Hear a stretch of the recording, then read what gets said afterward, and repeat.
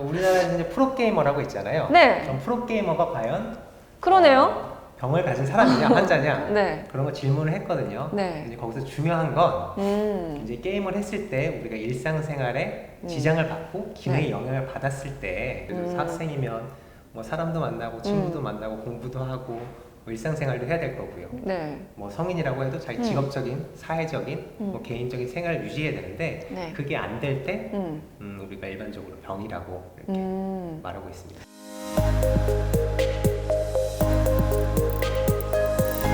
대한신경정신의학회 공식 채널입니다. 자, 이번 시간도 우리 어머님들이 굉장히 관심을 가지고 보실 것 같습니다. 바로 게임에 대한 이야기 나눠보도록 할 건데요. 먼저 우리 선생님부터 소개할게요. 선생님 안녕하세요. 네, 안녕하세요. 네, 선생님 소개 부탁드릴게요. 네, 저는 서울특별시 보라매병원에서 근무하고 있는 최치현이라고 합니다. 게임 중독이 병인가요? 라고 우리가 제목을 한번 붙여봤는데 게임 중독에 대해서 어떤 논란이 있었길래 이런 주제를 선정하셨나요? 몇 년 전에도 아마 어떤 국회의원께서 네. 뭐 게임에 대한 예방법, 뭐 방지법 이런 거를 이제 하셨는데 많이 네. 논란이 있었죠. 네. 그래서 이제 저도 이제 진료를 보다 보면 많은 어머니들께서 내 아들, 내 딸이 게임 중독인 것 같다 네. 이렇게 얘기를 하시거든요. 네. 뭐 하루 종일 게임만 하고 친구도 안 만나고 그래서 이제 그렇게 보는 병으로 보는 관점이 있고 네. 또 하나는 게임이라는 게 하나의 문화 사업이잖아요. 네. 상당히 많은 사람들이 네. 게임을 하고 있고 이게 어떻게 보면 문화이고 여가 산업인데 이걸 네. 어떻게 우리가 병으로 할 수 네. 있냐 이런 논란이 좀 있는 것 같습니다. 그래서 실제로 뭐 정부에서도 네. 문화 관광 쪽인가요? 그쪽에서는 아무래도 이건 산업이기 때문에 육성하려고 하고 그렇기 때문에 네. 이게 병이라는 거에 대해 상당히 거부감이 있는 것 같고요. 반대로 보건복지부 쪽에서는 아무래도 이게 병이라고 포함을 시키면 우리가 이게 복지 영역에 들어가고 우리가 이제 약간 예방할 수 있는 영역에 들어가기 때문에 부처 간에도 약간의 차이가 있는 것 같습니다. 그러면 어느 정도까지 게임을 해야 우리 게임 뭐 즐길 수 있잖아요. 네네. 병이라고까지 얘기를 할 수 있을까요?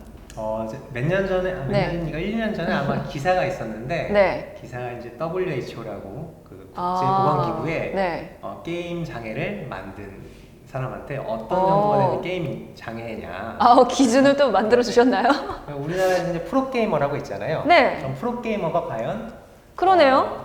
병을 가진 사람이냐 환자냐 네. 그런 거 질문을 했거든요. 네. 이제 거기서 중요한 건 이제 게임을 했을 때 우리가 일상생활에 지장을 받고 기능에 네. 영향을 받았을 때 우리가 보통 장애라고 합니다. 예를 들어서 학생이면 뭐 사람도 만나고 친구도 만나고 공부도 하고 뭐 일상생활도 해야 될 거고요. 네. 뭐 성인이라고 해도 자기 직업적인, 사회적인, 뭐 개인적인 생활을 유지해야 되는데 네. 그게 안 될 때 우리가 일반적으로 병이라고 이렇게 말하고 있습니다. 그럼 완벽하게 게임 중독인 아이들은 뭐 어떠한 특징들을 갖고 있나요? 뭐 특징을 일반화하기는 어렵지만 정말 게임에 정말 빠져 있다 그러면 하루 종일 정말 게임만 하고 일상생활에 대한 어떤 다른 활동이 전혀 없는 거죠. 친구를 만나러 가지도 않고 뭐 부모님이 밥 먹으라고 해도 밥도 잘 안 먹고요. 게임을 하기 때문에 밤에도 잠을 안 자고 그래서 낮밤이 뒤바뀌는 생활을 하기 때문에 일상생활이 정말 어려워지고요. 그래서 많은 영역에서 여러 가지 어려움을 겪게 됩니다. 게임이 어떤 그런 요인이 이렇게 중독까지 가게 만드는 걸까요?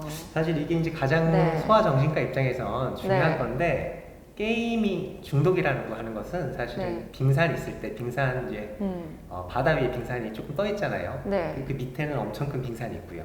그렇기 때문에 여러 가지 원인 하나의 결과 아니면 보이는 모습일 수 있습니다. 예를 들어서 한 아이가 있는데 밖에 나가는 게 너무 어려워해요. 뭐 사회 불안증이 있다든지 우울증이 있다든지 그럼 집에만 계속 있으면서 게임을 많이 하는 경향이 있겠죠.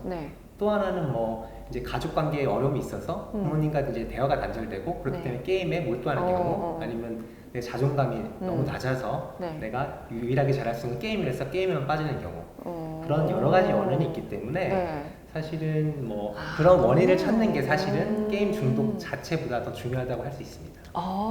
그렇다면 이 게임 중독 같은 경우에는 아이들이 찾아오면 어떻게 좀 치료를 권하시나요? 이제 게임 중독에 부모님께서 게임 중독이다 그러면 아이가 공부 좀 하게 해주세요. 아니면 게임만 안 했으면 좋겠어요. 이렇게 말씀하시면 게임만 안 하면 소원이 없겠어요. 네네. 이런 얘기 많이 하시겠어요. 학교도 필요 없고 공부도 필요 없으니까 게임만 안 하게 해주세요. 이렇게 말씀하시는데 사실 저희한테 상당히 어려운 작업입니다. 첫 번째는 정말 그 친구가 어떤 어려움이 있는지 찾아보는 게 먼저겠죠. 그쵸. 예를 들어서 아까도 제가 말한 것처럼 어떤 우울이나 불안이라는 증상이 있다던가 아니면 또래 관계에 어려움이 있다던가 가족 관계에 문제가 있다고 하면 그쵸. 그거를 먼저 찾아봐 주는 게 네. 첫 번째일 것 같습니다. 왜냐하면 항상 그 친구들은 너 왜 게임만 하니? 이런 얘기만 들었기 때문에 사실 내가 조금 뭘 하려고 해도 그런 얘기 들으면 더 하기 싫잖아요. 그쵸. 그렇기 때문에 저와의 이제 제가 그런 걸 찾아주는 역할을 하는 것이 중요하다고 할 수 있겠습니다. 아이하고 일단 얘기를 해봅니다.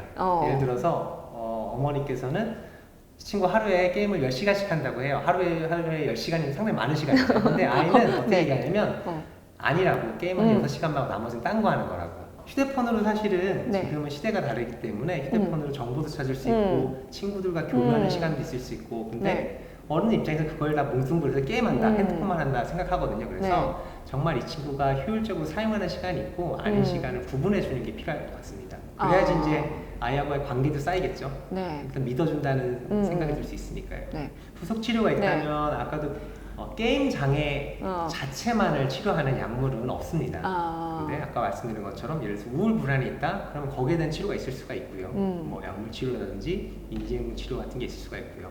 또래 관계 어려움이 있다? 그러면 거기에 대해서 저는 소아정신과 의사이기 때문에 중재를 한다거나 가족 간에 어려움이 있다? 그러면 가족 치료를 통해서 조금 그런 걸 도와줄 수 있을 것 같습니다. 그렇다면은 우리 아이가 좀 이렇게 게임을 많이 하고 있다. 근데 이게 일상생활에 장애까지는 주지 않지만 그래도 좀 이렇게 걱정인 부모들이 많을 것 같아요. 그럴 때는 그걸 어떻게 좀 훈육을 하는 게 좋을까요? 아이하고 일단은 네. 협상을 해봐야 됩니다. 협상. 일단 어른이 협상이 될까요? 어른이 일단은 너 이것만 해 이렇게 하면 상당히 거부감이 들잖아요. 그래서 아이가 원하는 시간 그리고 부모가 원하는 시간을 물어봅니다. 저 같은 경우는. 그러면 사실 편차가 크거든요. 그렇죠. 그러면 이제 제가 그걸 두 개 다 물어봐서 네. 부모한테도 양보를 하라고 하고요. 그리고 아이한테도 어느 정도까지 네가 양보할 수 있겠는지 물어봅니다. 그러면 아이들이 조금씩 깎긴 하거든요. 그렇기 때문에 그런 식으로 단계적으로 나가야 되지 한 번에 끊는 것은 상당히 어렵고요. 또 한 가지는 이제 잠자는 시간에는 핸드폰을 하지 말라고 말합니다. 그거는 의학적인 이유가 있어서입니다. 네, 어떤 이유가 있죠? 잠자는 시간에 핸드폰을 하게 되면 사실 수면 리듬이 깨지고요. 수면 리듬이 깨지는 건 뭐 학업에도 영향을 끼치고 저희가 말하는 뭐 우울 불안 같은 증상에도 영향을 끼치기 때문에 그런 의학적인 근거로 밤엔 안 했으면 좋겠다.